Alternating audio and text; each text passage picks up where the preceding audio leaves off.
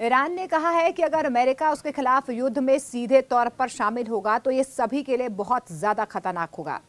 Israel Iran युद्ध के बीच ईरानी विदेश मंत्री अब्बास अराक्ची ने यह बात कही है। उन्होंने कहा है कि ईरान अपने परमाणु कार्यक्रम पर बातचीत के जरिए समाधान के लिए तैयार है, लेकिन युद्ध के बीच बातचीत नहीं हो सकती है।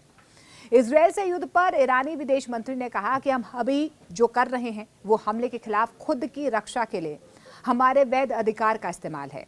उन्होंने ये भी कहा कि ईरान के खिलाफ इजरायली हमले बिना उकसावे के और बहुत क्रूर तरीके से हुए हैं।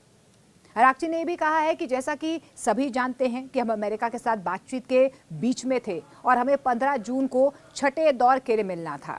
फिर अचानक इजरायलियों ने बातचीत से केवल 2 दिन पहले यानी कि 13 तारीख को हम पर हमला करने का फैसला किया। ये साफ है कि वे कूटनीति के खिलाफ हैं। ये साफ है कि वे इस मुद्दे का शांतिपूर्ण समाधान नहीं चाहते हैं। इसके आगे ईरानी विदेश मंत्री ने यह भी कहा कि हम अपने परमाणु कार्यक्रम पर बातचीत के जरिए समाधान के लिए पूरी तरह से तैयार हैं, जैसा कि हमने 2015 में किया था।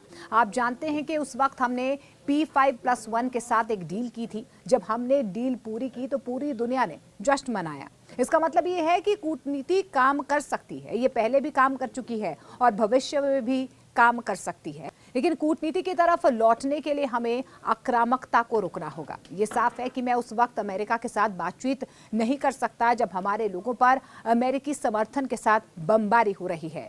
अमेरिका के सीधे युद्ध में शामिल होने को लेकर फैसला लेने के लिए गुरुवार को दिए गए 2 हफ्ते के वक्त के बारे में अमेरिकी राष्ट्रपति डोनाल्ड ट्रंप ने कहा है कि वो ईरान को एक समय अवधि दे रहे हैं। ट्रंप ने ईरान को सीधी धमकी देते हुए कहा, मैं कहूंगा कि ये देखने के लिए अधिकतम 2 हफ्ते होंगे कि क्या लोग अपने होश में आते हैं।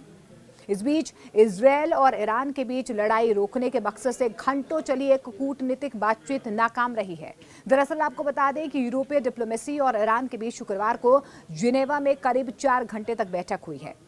इजरायल ने 13 जून को ईरानी परमाणु और सैन्य ठिकानों, शीर्ष सैन्य अधिकारियों और परमाणु वैज्ञानिकों को निशाना बनाकर हमले किए थे। इजरायल के मुताबिक उसने ये हमले अपने खिलाफ ईरानी खतरे को दूर करने के मकसद से किए। ये हमले ऑपरेशन राइजिंग लॉइन के तहत किए गए।